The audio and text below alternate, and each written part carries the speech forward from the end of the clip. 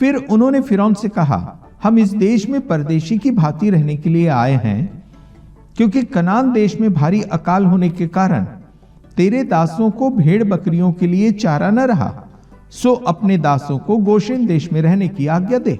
भाइयों ने फिरौन से कहा, हम परदेशी की तरह रहेंगे, हम यहाँ की नागरिकता नहीं लेंगे, जो जगह आप देंगे हम उस पर अपना अधिकार नहीं जमाएंगे, वरन जब अकाल खत्म हो जाएगा हम अपने देश कनान वापस चले जाएंगे। और इसीलिए उनका भाई प्रधानमंत्री होने के बाद भी वो वहां के राजा फिरौन से गोशेन देश में रहने की आज्ञा मांग रहे हैं, जबकि फिरौन ने यूसुफ से कह दिया था कि तेरे परिवार को गोशेन में रखना, लेकिन फिर भी वो आकर उससे आज्ञा की मांग कर रहे हैं। यहां पर फिरौन की आज्ञा के अभिलाषी यूसुफ के भाई हैं। हमारा रिलेशन, हमारा रिश्ता, हमारी पहुंच चाहे किसी से भी हो, पर जो काम हमें करना है, हमें उन कामों को, हमें उन नियमों को, हमें उन व्यवस्थाओं का पालन हमें करना ही करना है। 5वां वचन, तब फिरौन ने यूसुफ से कहा, तेरा पिता और तेरे भाई तेरे पास आ गए हैं। 6वां वचन, और मिस्र देश तेरे सामने पड़ा है। भाइयों की समझ, भाइयों की बुद्धिमानी और याकूब, यूसुफ और उसके भाइयों के परमेश्वर का प्रबंध, बड़ी आशीषमय शिक्षाओं को हम यहां लेंगे। हम बहुत ध्यान से फिरौन के शब्दों को सुनेंगे। 6वां वचन, और मिस्र देश तेरे सामने पड़ा है, इस देश का जो सबसे अच्छा भाग हो उसमें अपने पिता और भाइयों को बसा दे, अर्थात वे गोशेन ही देश में रहे। और यदि तू जानता हो कि उनमें से परिश्रमी पुरुष हैं, तो उन्हें मेरे पशुओं के अधिकारी ठहरा दे। फिरौन ने याकूब और उसके परिवार के लोगों को गोशेन में रहने के लिए ही नहीं दिया, परंतु उसके साथ साथ याकूब के बच्चों को अर्थात यूसुफ के भाइयों को मिस्र में अधिकारी भी बना दिया। 7वां वचन, तब यूसुफ ने अपने पिता याकूब को लेकर फिरौन के सम्मुख खड़ा किया और याकूब ने फिरौन को आशीर्वाद दिया। फिरौन मिस्र का राजा है, लेकिन उसके सामने एक बुजुर्ग खड़ा है और फिरौन जानता है एक अच्छा जीवन जीने के लिए जहां बुद्धि, ज्ञान, समझ, धन, दौलत की जरूरत है, वहां उन सब से भी बढ़कर जिस चीज की आवश्यकता है वो है बुजुर्गों का आशीर्वाद। और फिरौन ने याकूब से आशीर्वाद लिया। याकूब ने फिरौन को सबसे उत्तम बात, सबसे उत्तम चीज आशीष दी। 8वां वचन, तब फिरौन ने याकूब से पूछा, तेरी अवस्था कितने दिन की हुई है? 9 वचन, याकूब ने फिरौन से कहा, मैं तो 130 वर्ष परदेशी होकर अपना जीवन बिता चुका हूं। मेरे जीवन के दिन थोड़े और दुख से भरे हुए भी थे, और मेरे बाप दादे परदेशी होकर जितने दिन तक जीवित रहे उतने दिन का मैं अभी नहीं हुआ। याकूब जब फिरौन के सन्मुख खड़ा हुआ तब वो 130 वर्ष का हो चुका था। 10वां वचन, और याकूब फिरौन को आशीर्वाद देकर उसके सम्मुख से चला गया। याकूब अपने परिवार के साथ गोशेन में आकर बस गया है। कितनी तकलीफ, कितनी आंधी, कितनी तूफान, कितनी परेशानियां, लेकिन क्या वो परेशानियों से या उन आंधी तूफानों से याकूब नाश हुआ? कभी भी नहीं। परमेश्वर का वचन कहता है, जल से जाए वो तुझे डुबा नहीं सकेंगी, आग तुझे जला नहीं सकेंगे, आंधी और तूफान तुझे डुबा नहीं सकेंगे। मैं तेरा जीवित परमेश्वर सदा सर्वदा तेरे संग हूं। परमेश्वर ने कहा था याकूब से, मैं तेरे साथ साथ मिस्र देश चलूंगा और तुझे मैं वापस फिर यहां ले आऊंगा, जो देश मैंने तेरे दादा इब्राहिम, इसहाक जो तेरा पिता है और तुझे दिया है। परमेश्वर हमारे संग है।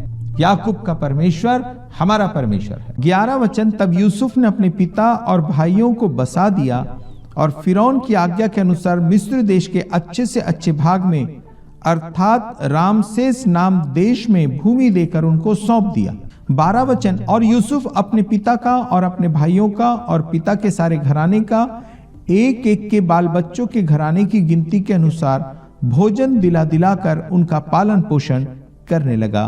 यूसुफ अकाल के दिनों में अपने पूरे परिवार का पालन पोषण कर रहा है। वो इसलिए क्योंकि उसने परमेश्वर की आज्ञा अनुसार, परमेश्वर की योजना के अनुसार मिस्र में अनाज को जमा कर रखा हुआ है। सो आप देखें कि कैसे इस्राएल जहां नाश होने की कगार पर था, परमेश्वर ने उसे एक नया जीवन दान दिया, उसकी रक्षा की, उसकी सुरक्षा की और उसका प्रबंध भी किया है। आप चिंता न करें, आपका प्रबंध करने वाला आपका परमेश्वर है। इससे पहले कि आपके जीवन में बड़ी विपत्ति आए, जिस विपत्ति के द्वारा आप नाश हो जाएं, आपके बचाव के लिए परमेश्वर ने पहले ही प्रबंध करके रखा है। उस पर विश्वास बनाए रखें। 13 वचन, और उस सारे देश में खाने को कुछ न रहा, क्योंकि अकाल बहुत भारी था, और अकाल के कारण मिस्र और कनान दोनों देश नाश हो गए।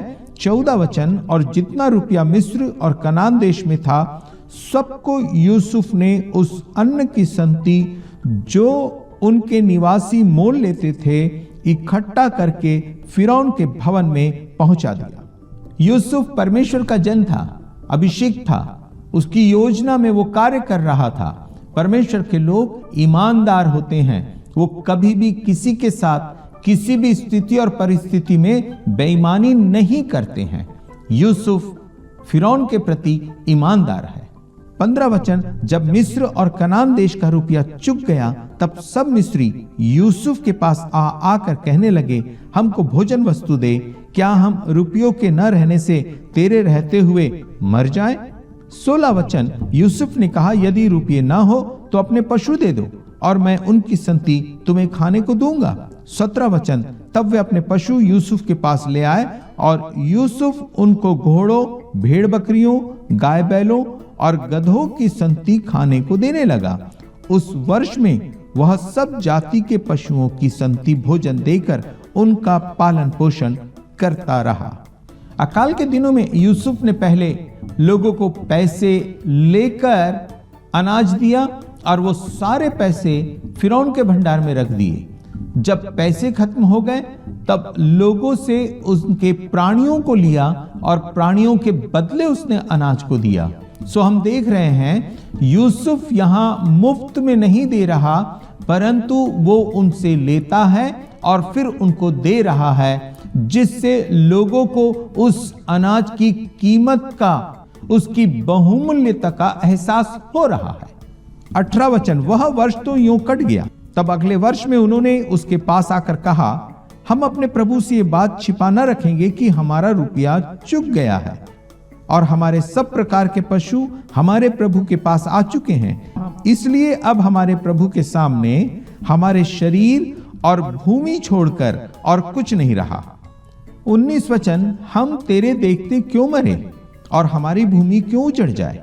हमको और हमारी भूमि को भोजन वस्तु की संति मोल ले, कि हम अपनी भूमि समेत फिरौन के दास हों, और हमको बीज दे कि हम मरने ना पाए वरन जीवित रहे और भूमि ना उजड़े। लोगों के पास जब पैसा खत्म हो गया, उन्होंने अपने प्राणियों को लाया, और जब उनके पास प्राणी खत्म हो गए, तब उन्होंने अपनी भूमि को लाया।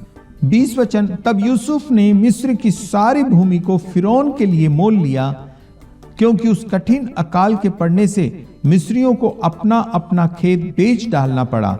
इस प्रकार सारी भूमि फिरौन की हो गई। 21 वचन, और एक छोर से लेकर दूसरे छोर तक सारे मिस्र देश में जो प्रजा रहती थी, उसको उसने नगरों में लाकर बसा दिया।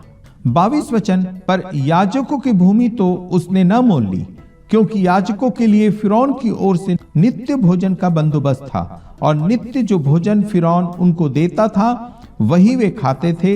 इस कारण उनको अपनी भूमि बेचनी न पड़ी। मिस्र में सिर्फ याजकों की भूमि बची और अन्य सभी लोगों की भूमि फिरौन के नाम हो गई, और सारे लोगों को यूसुफ ने बड़ी बुद्धिमानी से नगरों में लाकर बसा दिया। इससे फिरौन की ताकत और बढ़ गई। 23 वचन, तब यूसुफ ने प्रजा के लोगों से कहा, सुनो, मैंने आज के दिन तुमको और तुम्हारी भूमि को भी फिरौन के लिए मोल लिया है। देखो, तुम्हारे लिए यहाँ बीज है, इसे भूमि में बो। 24 वचन, और जो कुछ उपजे उसका पचमान फिरौन को देना, बाकी 4 अंश तुम्हारे रहेंगे, कि तुम उसे अपने खेतों में बो और अपने अपने बाल बच्चों और घर के और लोगों समेत खाया करो। 25 वचन, उन्होंने कहा, तूने हमको बचा लिया है, हमारे प्रभु के अनुग्रह की दृष्टि हम पर बनी रहे और हम फिरौन के दास होकर रहेंगे। मिस्र के लोगों ने देखा कि जिंदा रहने के लिए हमें भोजन की आवश्यकता है और जो सांस उनके जहन में है उसे बरकरार रखने के लिए उन्हें भोजन की आवश्यकता है, तभी वो जीवित रह पाएंगे। और उन्होंने अपना सब कुछ फिरौन को देकर भोजन वस्तुएं ली, न बल्कि भोजन परंतु आने वाले समय के लिए अपने खेतों में बोने के लिए बीज भी लिया कि जब अकाल खत्म हो जाए उस समय फिर से वो खेतों में बीज बोए और अपने परिवार के लिए अनाज उत्पन्न करे। परंतु यहां पर एक बड़ा बदलाहट आया है और वो कि 5वां अंश फिरौन को वो हर समय दिया करे, क्योंकि वो जमीन जिस पर वो बो रहे हैं वो अब फिरौन की।